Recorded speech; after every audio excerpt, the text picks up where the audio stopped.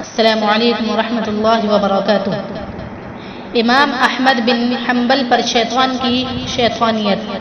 جب امام احمد بن حنبل کا آخری وقت آیا تو طلبہ نے ان کے سامنے کلمہ طیبہ کا ورد کرنا شروع کر دیا۔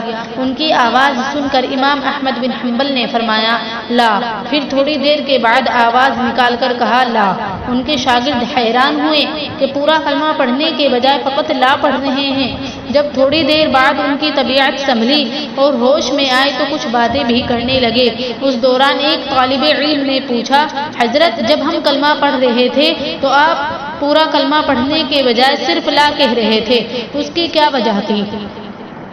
امام صاحب نے فرمایا اس وقت شیطان میرے سامنے تھا اور وہ مجھے کہہ رہا تھا احمد بن حنبل تو ایمان بچا کر دنیا سے جا رہا ہے، اور میں اس مردود سے کہہ رہا تھا لا، ابھی نہیں ابھی نہیں، بلکہ جب تک میری روح نکل جاتی اس وقت تک میں تجھ سے امن میں نہیں ہوں۔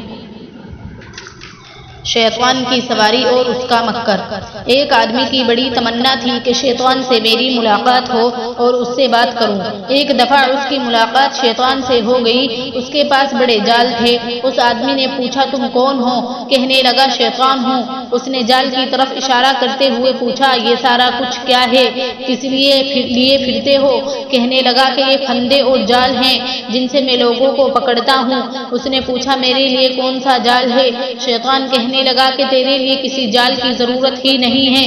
اس نے کہا واہ، میں ایسا بھی نہیں ہوں کہ جال کے بغیر تیرے ہاتھ آ جاؤں۔ شیطان نے کہا اچھا دیکھ لینا، بات آئی گئی ہو گئی۔ اس کے بعد وہ آدمی اپنے گھر کی طرف روانہ ہوا۔ راستے میں ایک دریا تھا۔ جب وہ دریا کے کنارے پہنچا تو کشتی جا چکی تھی، لہٰذا اس نے فیصلہ کر لیا کہ دریا عبور کر کے جاتا ہوں۔ کنارے پر ہی ایک بڑھیا آفت کی پڑیا جو ہڈیوں کا ڈھانچہ بن چکی تھی لاٹھی لے کر بیٹھی رو رہی ہے۔ اس نے پوچھا اماں کیا ہوا؟ کہنے لگی مجھے دریا کے اس پار جانا تھا، کشتی جا چکی ہے اور میں اکیلی ہوں، میں یہاں رہ بھی نہیں سکتی، میرے بچے گھر میں اکیلے ہیں، تو مجھے بھی کسی طرح ساتھ لے جا، میرے بچے تم کو دعائیں دیں گے۔ اس نے کہا میں تجھے کیسے لے کر جاؤں؟ تم تو خود جاؤ گی ہی، میں تو ہڈیوں کا ڈھانچہ ہوں، مجھے بھی کندھوں پر اٹھا کر لے جانا۔ اس نے کہا نہیں، میں نہیں لے جاتا۔ اس نے اسے بڑی دعائیں دی اور کہا کہ تمہارا بھلا ہوگا، میرے بچے اکیلے ہیں، میں گھر پہنچ جاؤں گی تو وہ بھی آپ کو دعائیں دیں گے۔ اس کے دل میں اس بڑھیا کے بارے میں ہمدردی آ گئی، چنانچہ اس نے کہا اچھا چلیں، میں آپ کو اٹھا لیتا ہوں۔ پہلے تو اس نے سوچا کہ میں کمر پر اٹھا لیتا ہوں، پھر کہنے لگا کہ کہیں پھسل نہ جائے، لہٰذا کہنے لگا کہ چلو میرے کندھوں پر بیٹھ جاؤ۔ وہ بڑھیا کو کندھوں پر بیٹھا کر دریا کے اندر داخل ہو گیا۔ چلتے چلتے وہ جب دریا کے بالکل درمیان میں پہنچا تو بڑھیا نے اس کے بال پکڑ کر کھینچے اور کہنے لگی اے میرے گدھے تیزی سے چل۔ وہ آدمی حیران ہو کر پوچھنے لگا تو کون ہے؟ اس نے کہا میں وہی ہوں جس نے تجھے کہا تھا کہ تجھے قابو کرنے کے لیے کسی بھی جال کی ضرورت نہیں ہے۔ اب دیکھ کہ تجھے میں نے بغیر جال کے کیسے پھنسایا، تجھے نظر نہیں آ رہا تھا کہ میں غیر محرم ہوں، تو نے مجھے کندھوں پر کیسے بٹھا لیا تھا۔ کہیں شہادت کا رتبہ نہ مل جائے۔ ایک بزرگ دیوار کے ساتھ چارپائی بچھا کر سوئے ہوئے تھے۔ ان کے پاس شیطان آیا اور انہیں جگا دیا۔ انہوں نے پوچھا کیا ہوا؟ وہ تیزی کے ساتھ کہنے لگا یہ دیوار گرنے والی ہے، بس تو ایک طرف ہٹ جا۔ جب انہوں نے جلدی میں سنا تو وہ ایک طرف ہٹ گئے۔ جیسے ہی وہ ایک طرف ہٹے دیوار نیچے گر گئی۔ وہ بزرگ کہنے لگے بھائی تیرا بھلا ہو، تو میرا کتنا خیر خواہ ہے، تو کون ہے؟ وہ کہنے لگا میں شیطان ہوں۔ انہوں نے فرمایا شیطان تو کبھی کسی کی خیر خواہی نہیں کرتا، تو نے کیسے خیر خواہی کی؟ وہ کہنے لگا میں نے اب بھی کوئی خیر خواہی نہیں کی۔ وہ حیران ہو کر کہنے لگے یہ خیر خواہی تو ہے کہ تو نے مجھے دیوار کے نیچے دبنے سے بچا لیا۔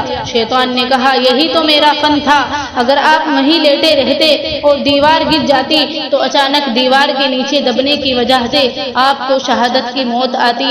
میں نے آپ کو پہلے ہی جگہ دیا تاکہ کہیں آپ کو شہادت کا رتبہ نہ مل جائے۔ 100 دلائل دے دیے پھر بھی امام راضی نے وجود باری تعالیٰ پر 100 دلائل جمع کیے۔ ایک مرتبہ ان کی شیطان سے ملاقات ہوئی، وہ شیطان سے کافی دیر مناظرہ کرتے رہے۔ اس دوران انہوں نے فرمایا کہ اے ابلیس، میرے اللہ تعالی پر ایمان بڑا پکا ہے، تو مجھے بہکا نہیں سکتا۔ ابلیس نے کہا کہ ہرگز نہیں، یہ سامنے دیہاتی کھیت میں ہل چلا رہا ہے، اس کا ایمان آپ سے زیادہ پکا ہے۔ آپ نے پوچھا وہ کیسے؟ اس نے کہا کہ ابھی تماشا دیکھیں۔ چنانچہ شیطان ایک اجنبی شخص کی صورت میں اس دیہاتی کے سامنے پہنچا اور کہنے لگا کہ خدا موجود نہیں ہے۔ اس نے دو بڑی بڑی گالیاں دی اور پاؤں سے جوتی نکالی کہ اس کی پٹائی کرے۔ ابلیس وہاں سے بھاگا اور امام راضی سے کہنے لگا، دیکھا اس کا ایمان اتنا قوی ہے کہ وہ سننا گوارا نہیں کرتا کہ کوئی خدا کے وجود کا انکار کرے۔ مرنے مارنے پر تل گیا۔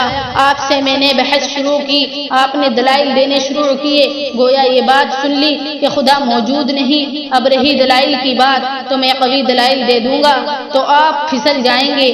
آپ کے دل میں ذرا شک پیدا ہو گیا تو آپ ایمان سے محروم ہو جائیں گے۔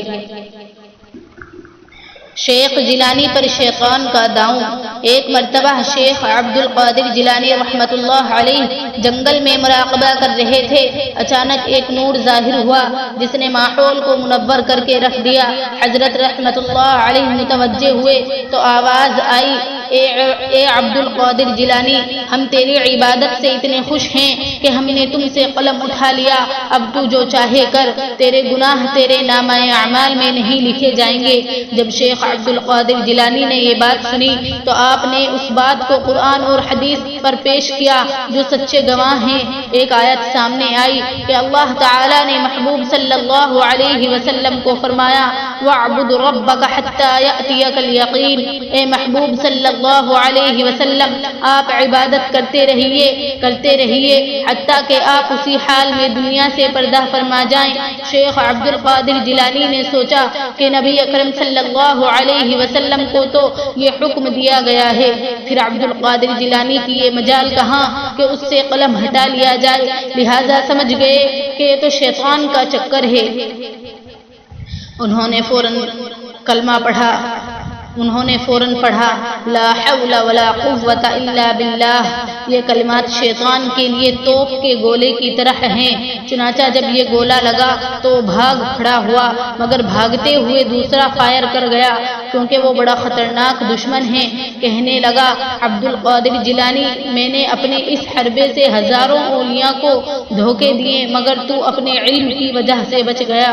آپ نے پھر فرمایا، لا حول ولا قوت الا باللہ، کہ او مردود، میں نے اپنے علم کی وجہ سے نہیں بچا بلکہ میں اپنے پروردگار کے فضل کی وجہ سے بچا ہوں۔ وما علینا الا البلاغ۔ السلام علیکم ورحمۃ اللہ وبرکاتہ۔